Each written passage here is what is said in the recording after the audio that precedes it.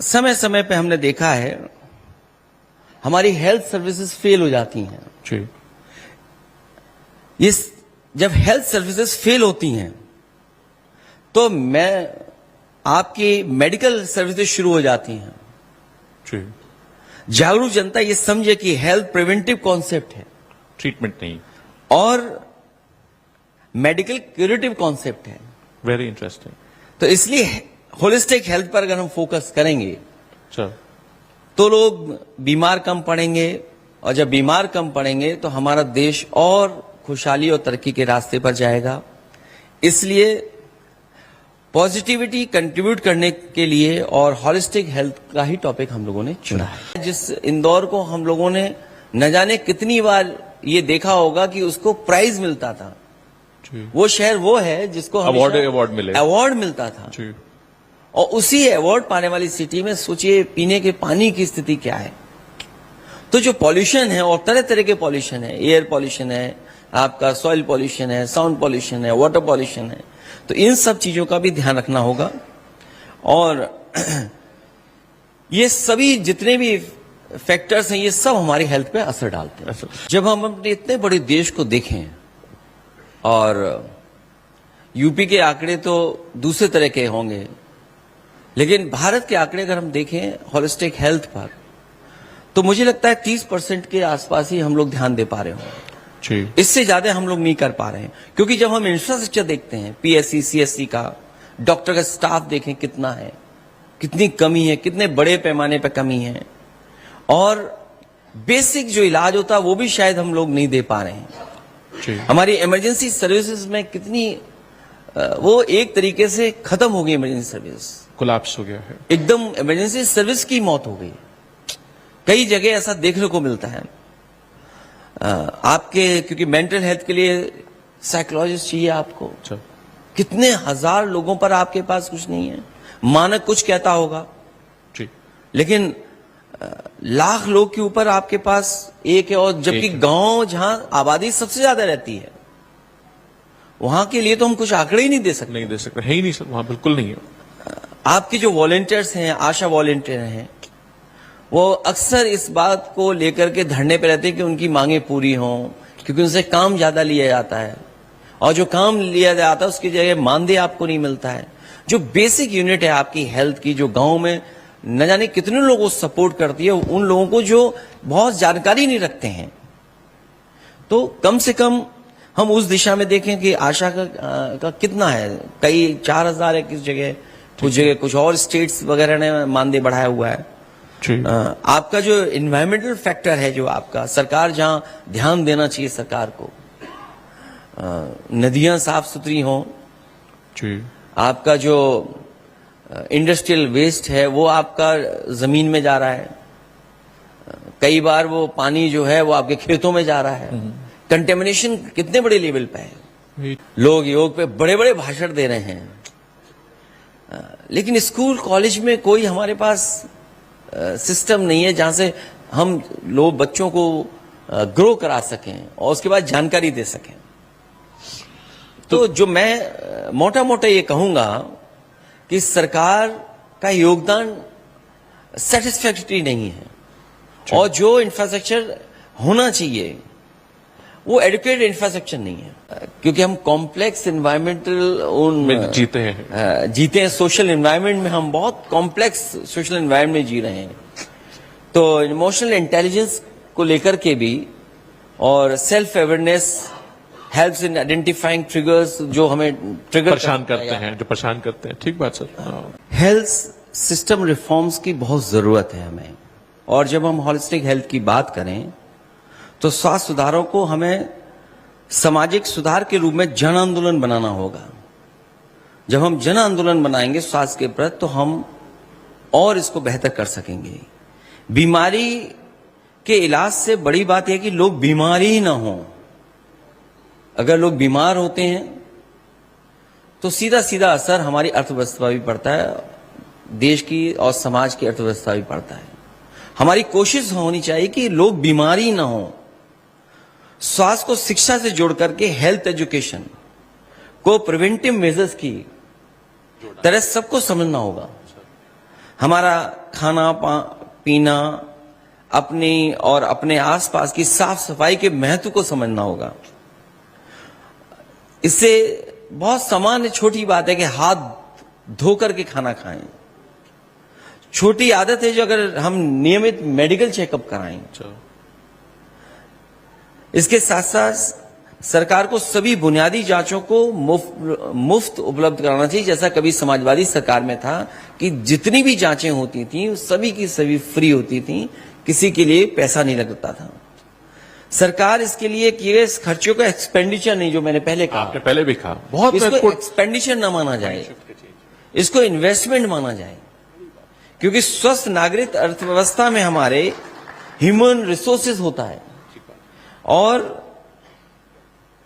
न तो एक बीमार, कम से कम एक तीमारदार को भी मिले तो मतलब अगर हम एक बीमार है उसके साथ एक दो लोग और उसके सहकार, तो हमारे बहुत सारे लोगों का उससे जुड़ करके अंततः हमारा ही नुकसान होगा। और आखिरी में मैं यही कहूंगा कि हेल्दी इंडिया स्लोगन नहीं, मिशन होना चाहिए। क्या बात, हेल्दी इंडिया मिशन। और स्वच्छता ही स्वस्थ स्वास्थ्य को बनाए रखती है।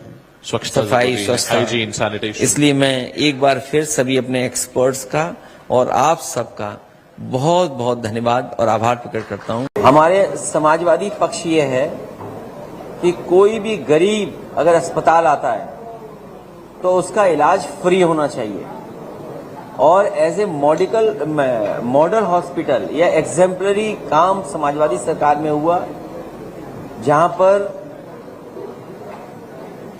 कई मेडिकल कॉलेज और हॉस्पिटल्स में इंतजाम था कि कोई भी गरीब को कार्ड नहीं दिखाना पड़ेगा, इलाज पूरा फ्री होगा, उसका दवाई फ्री होगी, उसका कोई भी चेकअप फ्री होगा, और गंभीर से गंभीर बीमारी अगर होगी हार्ट की, लीवर की, किडनी की, कैंसर की, तो वो इलाज फ्री होगा। हम कार्डों के पक्ष में नहीं हैं, हम इस पक्ष में हैं कि फ्री इलाज हो गरीब का। और अगर आप विकसित भारत का सपना देख रहे हैं और विकसित भारत का अगर नारा दे रहे हैं और आपके विकसित भारत में अमृत काल चल रहा है, तो कार्ड की वजह से कोई वापस हो जाए, कार्ड की वजह से किसी परिवार का इलाज ना हो, और कार्ड में क्योंकि लिमिट है और कई जगह कई बीमारियों में मान लीजिए हड्डी का इलाज होना है, कूला बदलना है, तो कूला बदलने में भी रेट है, आपका हार्ट के लिए स्टंट पड़ना है उसका भी रेट है। तो हालांकि सरकार ने मानक तय किए हैं कि कौन सा उस लिमिट में आता है, लेकिन हमारा ये मानना है कि सबसे बेस्ट क्वालिटी का जो हो वो सरकारी अस्पताल में और फ्री इलाज हो। सर, कांग्रेस ने आरोप लगाया कि 1100 करोड़ देश का मोदी जी ने लॉस कर दिया, जो झूठ के डर से चाबर पोर्ट जो ईरान से हट गए। इस सरकार को हटाओ। हमारा और सबका लक्ष्य होना चाहिए कि भारतीय जनता पार्टी हटे। हमारे यूपी में भारतीय जनता पार्टी के बहुत एक्सपीरियंस्ड नेता हैं, इन्हीं मामलों के बड़े बड़े एक्सपर्ट हैं, और वो एक्सपर्ट इस हद तक थे कि बाद में पैसा कमाने के लिए वो खांसी की दवा में कोडीन बेचने लगे। बताइए, मैं आपसे कहना चाहता हूँ, आप सब लोगों से, कभी खांसी हो तो बीजेपी वाली खांसी की दवाई मत लेना। हम सुप्रीम कोर्ट जाएंगे, हम अपनी लीगल टीम को कहेंगे कि सुप्रीम कोर्ट का दरवाजा खटखटाएं, जिससे ये बात साफ हो जाए कि राज्य निर्वाचन आयोग की वोटर लिस्ट ठीक है कि हमारे जो भारत का निर्वाचन आयोग है उसकी वोटर लिस्ट ठीक है। क्योंकि एसआईआर में ये घोटाला करना चाहते हैं, जैसे इन्होंने कफ सिरप में घोटाला किया, नोटबंदी में घोटाला किया, जीएसटी में घोटाला किया, मां गंगा को साफ नहीं किया, और क्या बताएं फिर आपको। हमारे मुख्यमंत्री जी क्या कह रहे थे कि हमारा 4 करोड़ वोट कट गया है। अब मुख्यमंत्री जी कैसे पता है कि उनका 4 करोड़ वोट कट गया है? हमारे मुख्यमंत्री जी कहते हैं कि 4 करोड़ वोट कट गया। तो हमने कैलकुलेट किया कि 4 करोड़ डिवाइडेड बाई 403, तो कम से कम 80,000 वोट चला गया बीजेपी का। तो इसलिए घबराए हुए हैं, अब भाग रहे हैं कि फॉर्म 6 कैसे भरवाएं, और हम लोग भी नजर रखे हुए हैं, फॉर्म 6 भरवाओगे हम एफआईआर कराएंगे। अगर आप नकली फॉर्म 6 भरवाओगे, अधिकारियों के माध्यम से दबाव बनाओगे, क्योंकि अधिकारी भी दबाव बना रहे हैं कि हमारे वोट बढ़ा दो, तो हम भी एफआईआर की कॉपी, एक प्रारूप तैयार कर दिया, ऐसे कागज लिख करके बस नाम ऐड करना है कि किसका फर्जी वोट है और एफआईआर लिखाएंगे। मैंने कहा कि मैं 80 लोकसभा भी जीत जाऊंगा तब भी ईवीएम नहीं पसंद करूंगा, मैंने लोकसभा में कहा। अगर ये बात गलत है तो बीजेपी कहे। और अभी तो हमने बीजेपी को हराया है ना, बैलेट से भी हराएंगे बड़े पैमाने पर। और हम विकसित भारत बनना चाहते हैं, तो हमारे जो डेवलप्ड कंट्री है दुनिया में, जर्मनी, मैंने कोट किया है और कई बार कोट किया, फिर कहता हूं कि जर्मनी में ये बात मानी जाती है कि अगर आप ईवीएम से वोटिंग कराएंगे तो अनकॉन्स्टिट्यूशनल माना जाएगा। अमेरिका में चॉइस है। जापान जिसने इन्वेंट की ईवीएम, वो ईवीएम से वोट नहीं डलवा रहा। और हमारे यहाँ तो लोग बेचारे जागरूक नहीं है, पढ़े लिखे नहीं है। अभी तो हम उन्हें हाथ धोना सिखा रहे हैं, हाथ धो के खाना खाइए, अगर बीमार है तो इलाज कराने जाइए। और प्राइमरी एजुकेशन कैसी है आपसे बेहतर कौन जानेगा। सरकार ने ये कहा था कि हम किसान की आय दोगुनी कर देंगे, लेकिन जिस तरह महंगाई बढ़ी है तो आय दोगुनी नहीं होती दिखाई दे रही है। तो किसान की जरूरत की चीजें तो महंगी हो गई। मान लीजिए उसको बिजली महंगी हो गई, आपके मान लीजिए उसके सिंचाई के लिए चीजें महंगी हो गई, खाद महंगी हो गई, डीएपी महंगी हो गई, उसकी दवाइयां महंगी हो गई, कीटनाशक दवाइयां। तो एक तरफ तो लागत बढ़ती जा रही है, लेकिन पैदावार का मुनाफा नहीं दे रही सरकार। और इस सरकार ने कहा था कि हम किसान की आय दोगुनी कर देंगे।